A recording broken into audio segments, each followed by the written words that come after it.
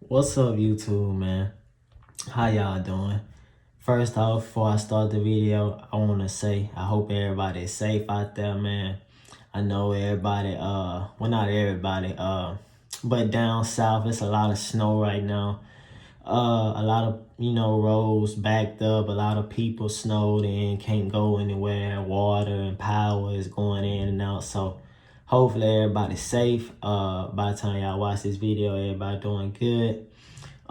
Thank y'all, everybody that's been rocking with the Instagram, man. I've been posting a lot of daily content on the Instagram, so I'll leave a link to that down in the description. So now we're gonna get to it, man. I got an intro coming as well for y'all, so by the time I post my next video, I should have a new intro up for y'all. New things coming in 2021, better equipment, all type of things. So I really been planning some projects. But we're gonna get started, man. Last night, it was 3 games, 2 primetime games. Miami Heat played the Sacramento Kings last night. The Miami Heat won. Jimmy Butler made history, the first Heat player in Heat franchise history to record 3 straight triple doubles. And the Heat has had some great players to play for their organization. Dwayne Wade, Shaquille O'Neal, LeBron James, Tim Hardaway. So they've had some great players. Chris Bosh is even capable of getting triple double. So they have had some great players in their franchise history, and for him to be the first to do that, hats off to Jimmy Butler. I'll always have a respect for Jimmy Butler. Like off of that Minnesota situation, the way he challenged Andrew Wiggins and challenged Karl-Anthony Towns.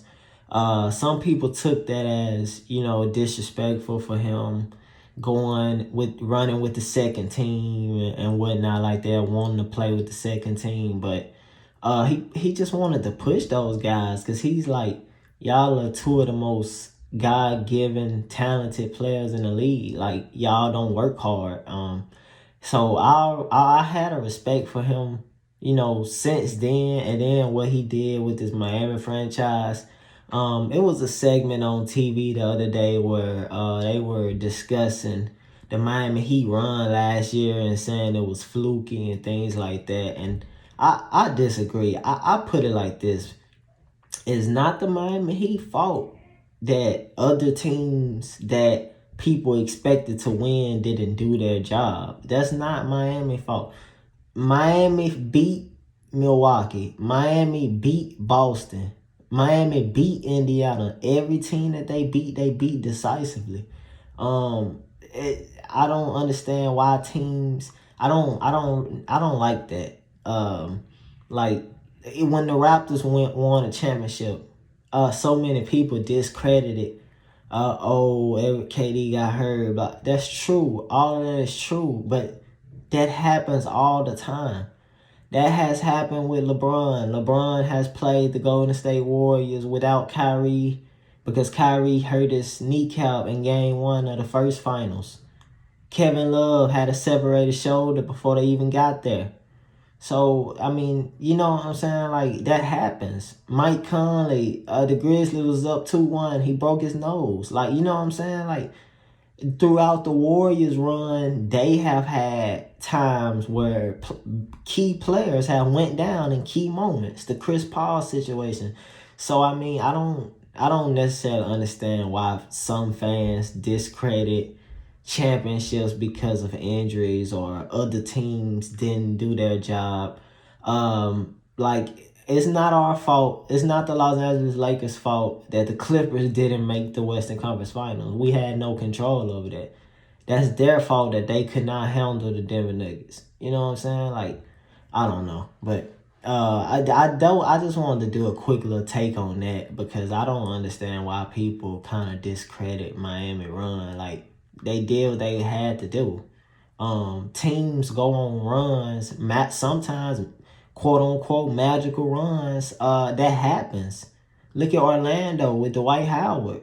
That happens. Like, stuff like that happens. So I don't understand why people say that. Also, the Bucks played the Raptors. The Bucks have been looking terrible. But it was one thing on Chris Webber, that Chris Webber said during the game, and it really made a lot of sense, and it's really gonna decide how far they go in the playoffs this year. They didn't run any plays the whole first half, and then once the game got out of hand, then they started calling plays, and Chris Webber was pointing it out. I don't know if any of you guys watched the game, but Chris Webber was saying, like, Giannis is getting too much attention. At some point, somebody run some plays to get him off the ball. Giannis is already on the ball. He's not the best shooter, so he's on the ball 80% of the time. Like, it's just they are running stuff through him, but they need to run stuff through him sometimes with him off the ball. Chris Middleton is a great enough scorer to handle the ball. Like, I don't know if it's necessarily coach Mike Budenholzer call, Giannis call. I don't know necessarily what's going on, but they offense just been looking stagnant. Yeah, but like I was saying, their offense is just really stagnant. They're not running plays, and if teams are gonna key in on Giannis, other guys just gotta step up consistently. The chance that I really think the year that they really had a great chance of going to the finals is the year that the Raptors won the championship. And I think that was Brook Lopez's season, like best season as a Buck. But that was 2 years ago, and 2 years has passed, and it's not the same Brook Lopez. I think they need to make some lineup changes. He's not really getting it done defensively. They are still good, a good enough defensive team, but it's not the same defensive team.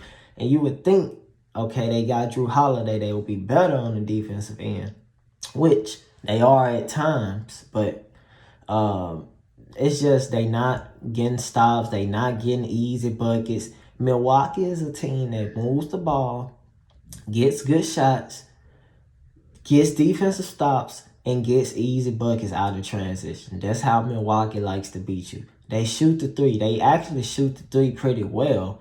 Just in the last 5 games on this losing streak, they just been looking lost and confused. And and during points of the season, you can expect that from teams. Through a 72, 70 game season, and imagine if they were playing 82.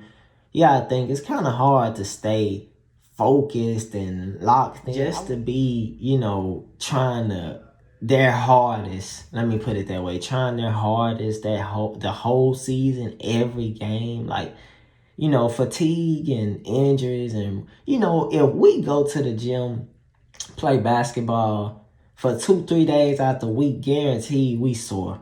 So imagine NBA players. You know what I'm saying? So it's like, I understand stuff like that, but fans don't really look at everything. That's why the playoffs really, separates everything. But through a long season, every team hits a wall. Every team goes through a losing streak. Whether it's 2, 3, 4. Some teams don't go on no more than 3-game losing streaks. Some teams go on double-digit game losing streaks. That happens every year. You're not gonna win all these games. That's why when teams go 72-10 and 73-9, that's like really saying something. Because that stuff probably will never. I don't want to say never, but it'll be a long time before that type of stuff happens again. And meanwhile, speaking on the Bucks losing 5, the Raptors have been on the win streak, and the Raptors have been looking really nice. At the beginning of the season, I talked about the Raptors on my channel. They were too talented of a team to be playing the way that they were playing. But they've been fighting and winning, and now they climbing up the Eastern Conference standings. Now, I'm not even going to lie, man. I seen the standings, and I'm going to put the standings up at the end of this video. It's, it's going to be tight in that Eastern Conference. because Miami is starting to come alive. Miami is creeping up. The Hornets have a spot in the playoffs right now. Atlanta was in the playoffs. They have slid down. So it's a lot of stuff, like a lot of stuff that's going on in the East, and it's tight because the Raptors were at the bottom. Now they're moving up. The Celtics is going down. The Nets are going up. The 76ers are 1 right now. Like, so it's going to be tight. Orlando had a playoff spot. Then Markelle Fultz got hurt. So, man, it's just crazy right now in the East. Like, but I like it. It's good that basketball is back, like, where everybody is competitive and, you know, things like that. So, I love that part about it. And last but not least, the Brooklyn Nets played the Los Angeles Lakers last night. That's the game everybody wanted to see. Wish everybody could have been healthy, but it still was a pretty entertaining game, man. The Nets came ready to play. Offensively, they knew what they wanted to do. They executed, and we didn't execute. We, as in Los Angeles Lakers, we didn't execute. So, hats off to them. James Harden really is like playing pretty good in that point guard role with that team, and that's not surprising because he's done that his whole career, just, you know, with more scoring. But now he don't even have to score that much. You know, he can whenever, you know, but he don't have to because he just draws so much attention. And that was part of the problem last night. Harden commands so much attention, and then you can't forget about Kyrie.